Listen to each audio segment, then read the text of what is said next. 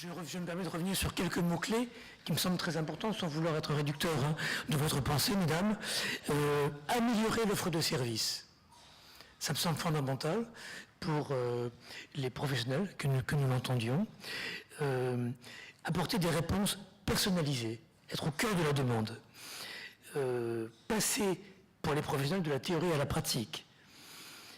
Donc ça me semble également extrêmement important. La notion de légitimité ludivine réciproque que vous évoquiez. Les professionnels doivent tenir compte de l'expertise d'usage, telle que vous l'avez signalé. Ça va prendre des risques en se confiant, même si parfois l'intime n'est pas facile à confier, sauf à des pairs. Comme vous l'avez dit, viser l'autonomie grâce à la pair émulation, et puis participer effectivement au processus de formation, qu'elle soit initiale ou continue. On a vu combien, à travers votre investissement et vos témoignages, vous envoyez des messages clairs au monde professionnel qui ne peut pas, qui ne doit pas interagir sans vous. Je passe à vous. Sans doute ma contribution à la réflexion va-t-elle s'inscrire également dans cette logique-là. Donc moi je suis Olivier Benoît, je suis le directeur des ressources humaines et militant de aide, mais c'est pas à ce titre-là que je vais m'exprimer, c'est vraiment un titre de militant de la lutte contre le VIH-Sida et les hépatites, et donc comme un membre militant de cette association qui donc lutte contre ces deux épidémies et qui se définit aussi comme un mouvement de santé communautaire, sans doute un des plus importants aujourd'hui qui existe en France. Mon intervention, elle va tourner autour, où j'aimerais partager avec vous ce que je crois être un peu les 4 piliers de la santé communautaire. Et donc on va les passer en revue, et évidemment je puiserai mes exemples pour essayer de les illustrer dans ce que je connais le mieux, c'est-à-dire la lutte contre le VIH-Sida et les hépatites menée par une association comme Aide. Mais avant de commencer par ces 4 piliers ou 4 idées structurantes de la santé communautaire, il faut qu'on s'entende sur c'est quoi la santé communautaire. Alors il y a plein de définitions, évidemment. Moi je vais vous donner la mienne, qui n'est pas tirée d'un livre, qui est celle telle que je la pense et telle que je la pratique. C'est considérer qu'une communauté de personnes, qu'une communauté d'individus confrontés à une pathologie, à une situation de handicap, c'est cette communauté-là qui est la plus à même, qui est la plus apte à élaborer, à trouver les solutions pour répondre à sa problématique. Rien que de donner cette définition-là, vous balayez énormément de choses qui se passent aujourd'hui dans le monde de la santé, dans la réflexion autour des problématiques de santé. Considérez que la communauté formée par les personnes qui sont confrontées à une problématique de santé, cette communauté-là a en elle les moyens de répondre à la problématique. Et la démarche communautaire, ça va justement être d'accompagner cette communauté de personnes à acquérir les compétences, les capacités pour agir, pour créer les conditions de transformation de leur vie et donc d'œuvrer à un mieux-être pour ce qui les concerne. C'était important de définir la santé communautaire. Maintenant, je vais donc venir sur un peu les 4 idées qui, pour moi, sont un peu les 4 idées structurantes, les 4 repères que j'ai dans la santé communautaire que je voudrais partager avec vous. Ça a été dit déjà précédemment, donc sans doute ça va être un peu d'érudite, mais je pense que le premier pilier, c'est le rapport entre savoir profane et savoir savant. Ce n'est pas du tout une remise en cause du savoir savant. Le savoir scientifique, le savoir médical, il est là, il est important, il est fondé sur des années d'études et il permet effectivement d'apporter des réponses médicales, scientifiques à une situation, une problématique de santé. Ce n'est pas remise en cause du tout de cet aspect-là dans mon propos. Mais c'est la volonté de revaloriser fortement le savoir profane, de le mettre à équivalence du savoir savant, de dire que les personnes, les malades, comme on peut les appeler, sont expertes de leur maladie, au même titre ou à côté de celui qui se prétend être le médecin ou le soignant ou le scientifique qui travaille sur cette maladie. Elles ont l'expérience de la maladie dans leur corps, elles ont l'expérience de la maladie dans la société, elles ont l'expérience de la maladie dans leur vie professionnelle, dans leur vie amoureuse. Et ça, c'est une richesse qui équivaut largement le savoir savant, le savoir scientifique, qui a sa place dans la réflexion autour d'une pathologie. À Aide, on parle du malade expert, mais je trouve que ce terme-là est très fort. Le malade est un expert au même titre que le médecin en face de lui est un expert. Pas de remise en cause du savoir savant à partir du moment où il tient compte de ce savoir profane. Mais en revanche, très grosse critique du savoir savant quand il évacue d'un revers de manche ce que peut lui apporter le savoir profane. Là oui, pour moi, le savoir savant ne s'exerce plus à ce moment-là. Il est dans l'arrogance savante, mais il n'est plus dans l'exercice d'un savoir savant. C'est vraiment très important et toute l'histoire de la lutte contre le VIH-Sida, depuis les années 80, s'est inscrite là-dedans.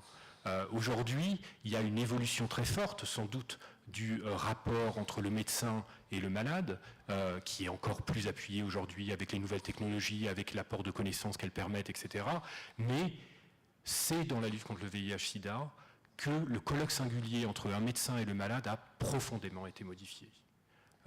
On l'a oublié, mais c'est là-dedans que, effectivement, des patients sont arrivés devant des médecins qui les considéraient ou les déconsidéraient uniquement comme des objets de soins, et ils ont dit « mais non, nous ne sommes pas des objets de soins. Nous sommes acteurs de notre maladie et nous voulons être acteurs de notre maladie. » Tout à l'heure, je disais pas de dévalorisation du savoir savant, non, car j'ai défini tout à l'heure la communauté.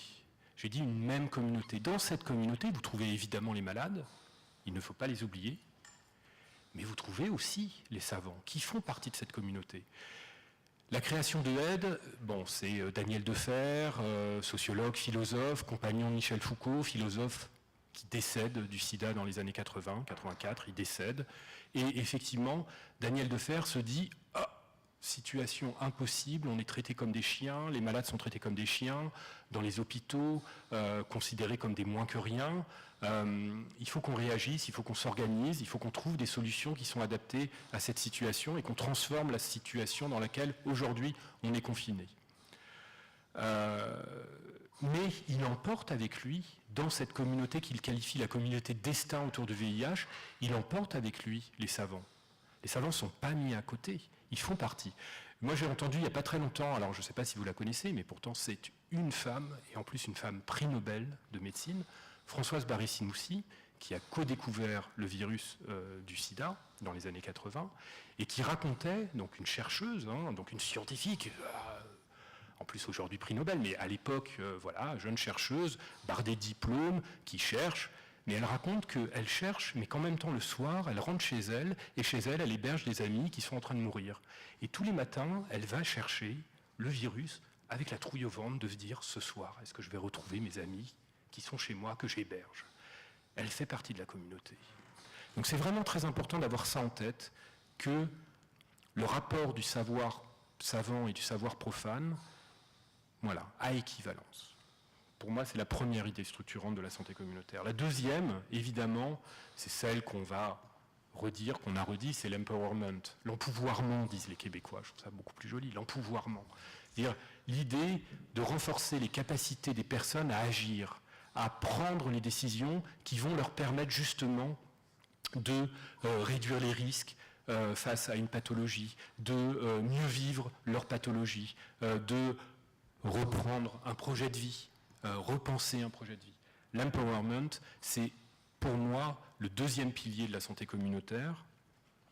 Alors, c'est des mots tout ça, ça se met en pratique, ça s'accompagne par des techniques, déjà je pense par des principes qui déterminent la posture que l'on doit avoir face à la personne. Ce principe, c'est le non-jugement de la personne.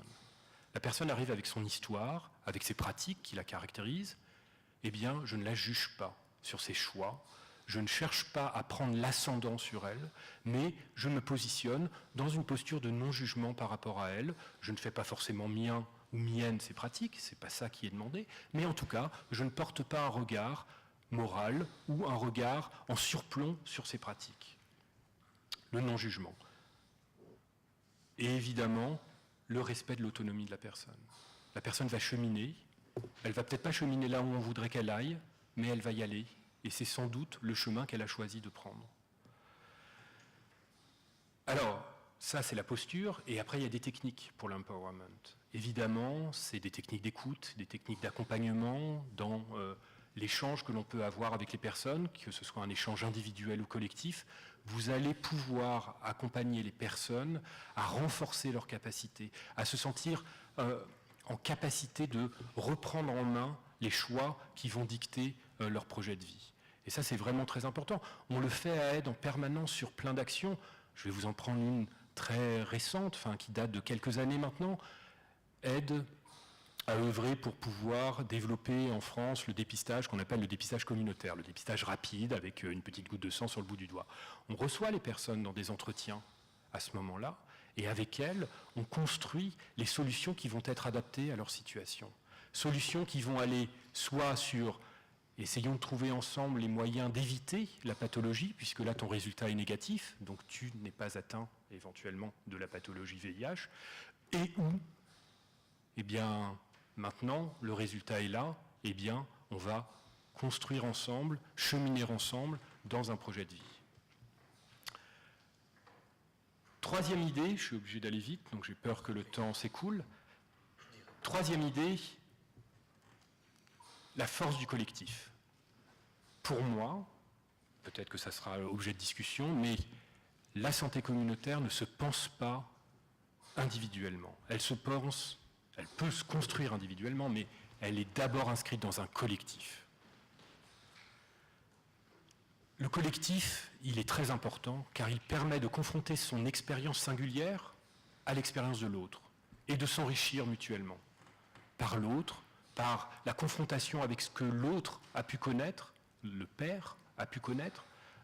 Eh bien, je vais moi-même peut-être élaborer les stratégies qui vont être adaptées à ma propre situation. Ça a été évoqué tout à l'heure, mais c'est vraiment très important. La confrontation, le collectif est une force et est un des piliers, à mes yeux, de la santé communautaire. Alors, Aide le met en œuvre en permanence. Rassembler les personnes confrontées à une même problématique, les mettre ensemble pour discuter entre pairs, pour évoquer leur situation personnelle, la confronter à celle de l'autre. Ça peut être des week-ends santé qu'on organise, un petit week-end avec une quinzaine ou une vingtaine de personnes, où on va parler de leur situation de santé et où on va aussi faire venir de la parole savante. Et on va faire se confronter cette parole savante et cette parole profane.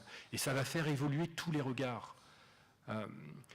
Week-end santé, des rencontres, des groupes de parole thématiques, où des populations bien spécifiques vont se rencontrer. Ça peut être des hommes ayant des rapports sexuels avec d'autres hommes qui sont séropos, des gays séropos qui ont besoin, à un moment donné, d'échanger entre gays séropos sur leur situation, sur leur vécu, sur leur vie amoureuse, sur leurs pratiques, et on va les réunir ensemble. Ça peut être des femmes issues de la migration, également confrontées par exemple à la séropositivité, qu'on fait se réunir ensemble et qui discutent ensemble et qui confrontent ensemble leur expérience singulière. Et ça, à la fois, ça atteint cette finalité qu'on a évoquée tout à l'heure, qui était mon deuxième pilier, l'empowerment. C'est-à-dire quand vous ressortez de ces groupes-là, vous vous sentez beaucoup plus fort, beaucoup plus armé pour affronter la situation à laquelle vous êtes confronté. Un dernier exemple, très récent dans Aide, on a réuni 80 femmes concernées, pas toutes séropositives, mais concernées par le VIH. On les a réunies, on les a fait travailler ensemble, avec des professionnels extérieurs, mais ensemble aussi. Et elles ont élaboré ensemble un projet sur plein de choses, sur la journée du 8 mars, la journée des femmes. Bah tiens, nous femmes, on va essayer de faire quelque chose. Alors est-ce qu'on va faire un petit film? Bah ouais, on va essayer de faire un petit film pour sensibiliser sur la situation des femmes séropos ou des femmes qui évoluent éventuellement dans des pratiques qui les exposent fortement à cette épidémie. Mais aussi renforcer ou plaider pour des spécificités des femmes dans notamment leur prise en charge médicale. Eh bien, il y a un groupe qui a travaillé là-dessus et qui donc porte effectivement un regard sur bah ouais, les médicaments, hein, ils sont quand même beaucoup pensés par des laboratoires, et dans les laboratoires, c'est beaucoup des hommes. Tout à l'heure, je parlais de Françoise Barré-Sinoussi, mais c'est quand même beaucoup des hommes qui travaillent dans les laboratoires, et toutes les études, beaucoup d'études et beaucoup de médicaments ont été élaborés qu'avec des cohortes d'hommes. Le corps de la femme n'est pas forcément exactement comme le corps de l'homme, donc les réactions ne sont pas les mêmes. Donc pensez à la femme aussi dans vos études scientifiques qui vont conduire à l'élaboration d'une nouvelle molécule. Donc voilà. Le collectif. La quatrième et dernière idée, qui pour moi est la plus importante à mes yeux, c'est que la santé communautaire a une finalité, en dehors de, évidemment, renforcer les capacités des personnes, c'est transformer la société. C'est transformer la société, c'est-à-dire c'est créer les conditions pour faire advenir une autre société conforme aux besoins qui sont les nôtres au regard d'une situation de handicap ou au regard d'une maladie comme le VIH. Et ça, c'est des éléments essentiels. Toute la lutte contre le VIH-Sida s'est inscrite dans la transformation de la société. Alors il y a des choses qu'on a pu oublier. Il y a des choses qui font partie aussi du petit monde de la lutte contre le VIH-Sida, mais la délivrance, par exemple, de seringues propres pour les personnes toxicomanes, c'est une victoire de la lutte contre le VIH-Sida. C'est des toxicomanes qui ont dit à un moment donné, mais stop, une communauté de toxicomanes qui a dit, mais stop, nous, bon, d'accord, oui, on se drogue, d'accord, mais on n'a pas envie de se choper le VIH. Donnez-nous des seringues propres, on saura très bien les utiliser. Et on arrêtera de se les partager, et donc de se partager malheureusement ce virus qui nous fait mourir par milliers dans les années 80. 87, eh bien, les seringues propres sont décidées politiquement, transformer la société, et aujourd'hui, au niveau des toxicomanes, les contaminations VIH sont quasiment inexistantes.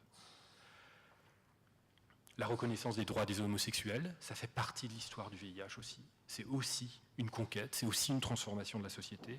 L'aide médicale d'État, qui est beaucoup remise en cause, mais c'est aussi une vraie conquête qui permet à des personnes d'accéder, des personnes en situation irrégulière d'accéder à la santé. Tout ça, toute la lutte, toute la santé communautaire, elle s'inscrit dans la transformation de la société. Alors il y a des échecs, évidemment il y a des échecs, mais il faut les surmonter et il faut toujours conduire à cette finalité de transformer la société pour créer les conditions d'un meilleur vivre ensemble. Juste pour terminer, je ne sais pas si... Je trouve que la santé communautaire, il y a une expression qui a été employée il y a déjà plusieurs années, mais qui est pour moi celle qui résume au mieux cette table ronde, la santé communautaire, le pouvoir par les pairs, c'est rien pour nous sans nous. Rien pour nous sans nous. Merci.